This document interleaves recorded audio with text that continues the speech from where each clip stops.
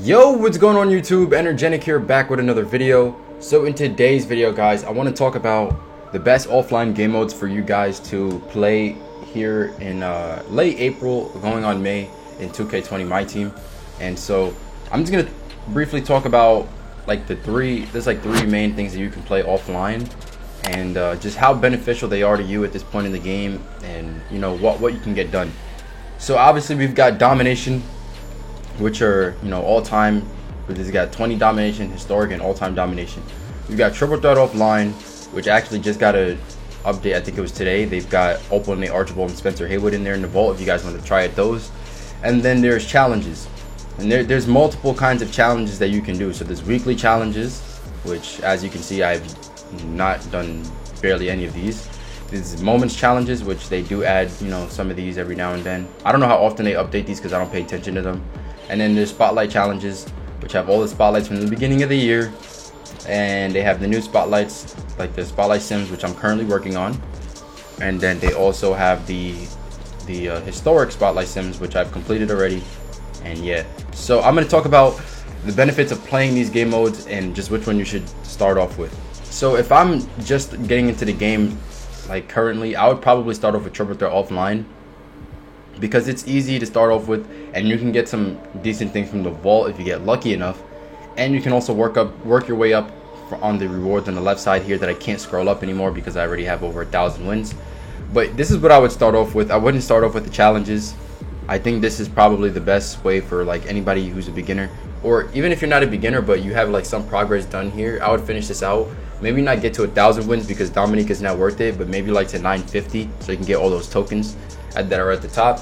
So this is definitely a good game mode for people to play, especially like if you don't have PlayStation Plus or anything. This is one of the main things that I would be playing, and I even play this now. Like, I mean, I don't play it too much anymore, but I do play it sometimes just to see what I can get out of the vault. And if I'm grinding like an Evo player or whatever, I'll play this game mode. I used to play it a lot more back then, but nowadays I don't really play it as much.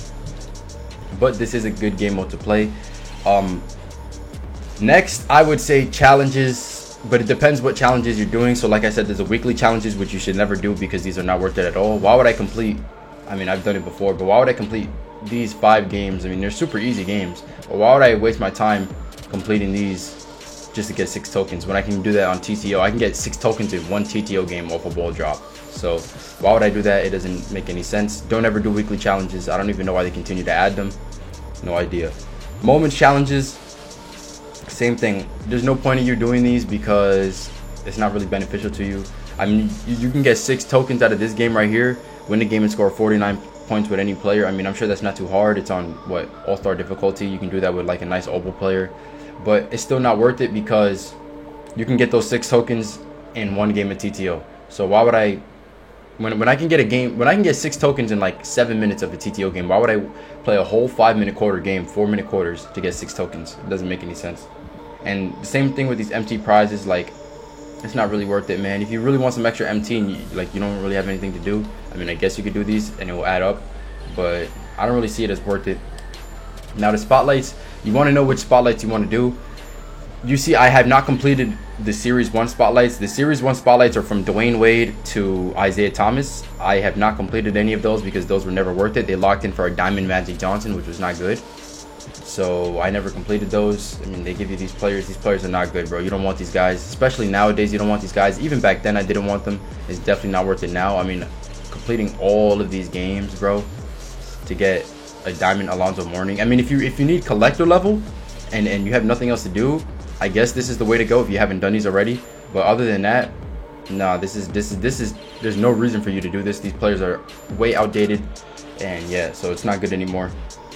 You can see I did complete the Spotlight Series 2, which is Dwight Howard to Jeremy Lin.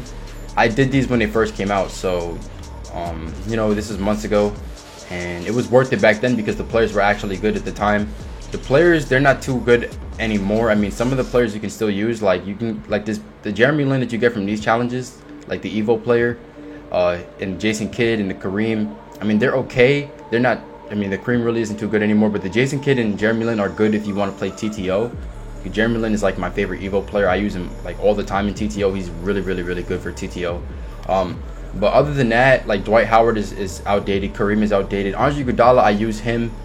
I use Andre Iguodala, Jason Kidd, and Jeremy Lin on TTO a bunch. So it's like, because they're Evo players. So you guys know when you use Evo players, you get easier competition. So it is worth it just to get those. If you haven't gotten these Evo players, just to do those, just to get the Evo players and maybe evolve them for TTO. So that would be the reason why you would want to play these challenges. But to get the end player, like to complete all of these challenges here, and to get the last player, who I don't even remember who it is for Andre Iguodala, it's not worth it. Like all of the guys that you're gonna get towards the end are not worth it. I mean, what I know, Richard Jefferson is the Jason Kidd. Who's the Jeremy Lin one? It's I can't even remember. I can look here. Let me look in the collection real quick to see. I'm gonna go to rewards. We're gonna spotlight. I think it's here. Yeah, we got Stephon Marbury, Rick Barry, Richard Jefferson, Blake Griffin, and Giannis. The best one out of all of these is Giannis, and maybe people will ask me, is this Giannis still worth it to get for the challenge? I'm gonna say no. I mean, he's not to say he's bad, but I just don't think he's worth it anymore. He's still a solid card though. They can help you out. So if you want to go for him, by all means, go ahead. But any of the other guys, don't go for it. And if you want to try to lock in for Brandon Roy, don't do it. It's not worth it anymore, because you're going to be spending a lot of. First of all, Gary Payton is going for a lot, and to get Giannis first off, if you can't get Gary Payton, you can't get Giannis. And then not only that, you're putting a lot of time into this that you could be putting into the new spotlights. So that's what we want to talk about. Don't do those, guys. It's not worth it. But let's look back at the spotlights here. So yeah, don't complete any of these. The spotlight sims is what you want to work on, whether it be the first ones, the regular spotlight sims, or the historic ones. If I were you and I didn't have any of them done, I would rather work on the I was about to say the historic, bro.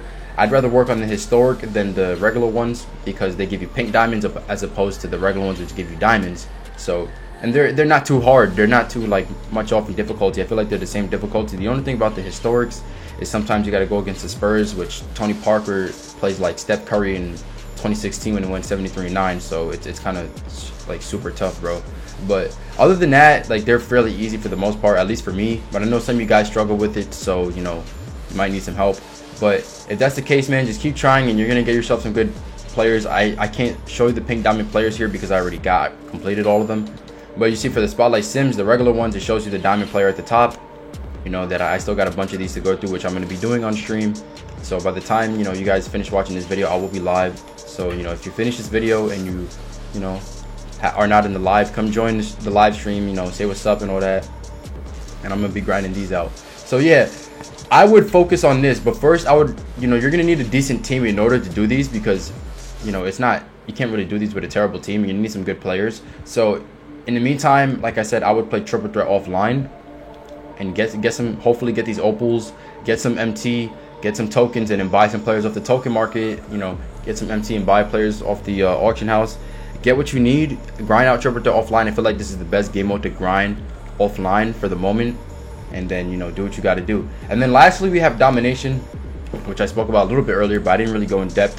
This game mode is not worth it unless you want to get collector level and MT and tokens. Those are the only things that's going to benefit you. If you want to get these players, the Sam Jones, the Dale Ellis, and the Sean Kemp, they're all terrible. They're not worth it.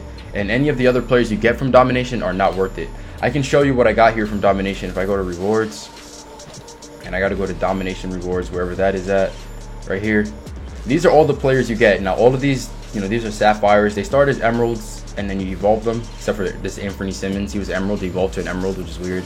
But all of these guys, they start off as emeralds, and you evolve them, and this is how you get Jason Richardson, which is an Evo player as well. This is not worth it, guys. I mean, this is good for your collector level. If you want to, like, if you haven't done collector level, then you can do this, and it helps. And then you get these players too once you like evolve all those players. Boom, and then you got to evolve these players and stuff like that. These definitely help for collector level, but it's not worth it unless you're trying to go for that collector level. And Domination is going to give you a lot of MT if you complete all of them. Like if you complete regular Domination all the way through, all-time Domination is going to give you a ton of MT, like hundreds of thousands. I got like 670,000. It's going to give you a lot of tokens. I got like 670 tokens after completing all of the Domination. So but it's going to take, it's a grind, all right? It's almost like the Spotlight Sims. It's an intense grind, and if you're willing to do it, then you can do it. But if you're trying to get these players are not worth it. These players right here are not worth it. These pink diamonds, they're not worth it. These amethysts are not worth it. No, like none of these guys are worth it. So definitely don't do it for the players. If you're gonna do it for the tokens, the MT, and the collector level, and then that's really the only incentive for you. Now, and also another reason why I wouldn't recommend doing domination first out of all of these things is because you don't want to waste your time doing domination and then end up getting glitched. Because people tell me all the time, yo, you know, I completed this game or whatever game for domination, it didn't give me my rewards, and then 2K, you know, you reach out to 2K, they don't help you at all, and then you're stuck not getting the rewards, and you can never advance and never get the rewards that you need. So I wouldn't even risk it, bro. Like, it worked out fine for me. I mean, I did run into a problem, and then, you know, this was back when the game first came out. I ran into a problem with domination. I reached out to 2K, and they, you know, they fixed it for me.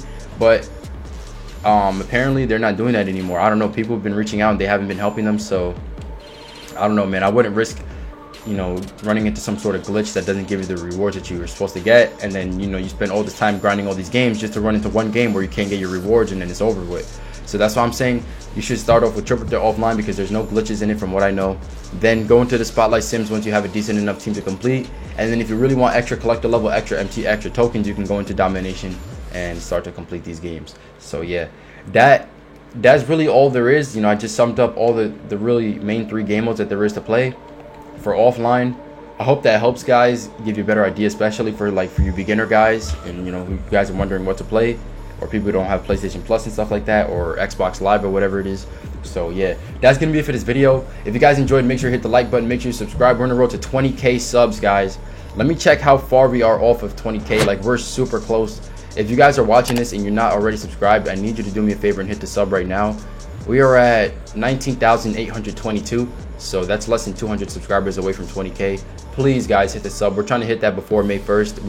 We're going to. I mean, I can anticipate us hitting that either today or tomorrow, probably today, but we'll see what happens. And yeah, with that said, guys, I'm gonna catch you guys in the next one. Peace out.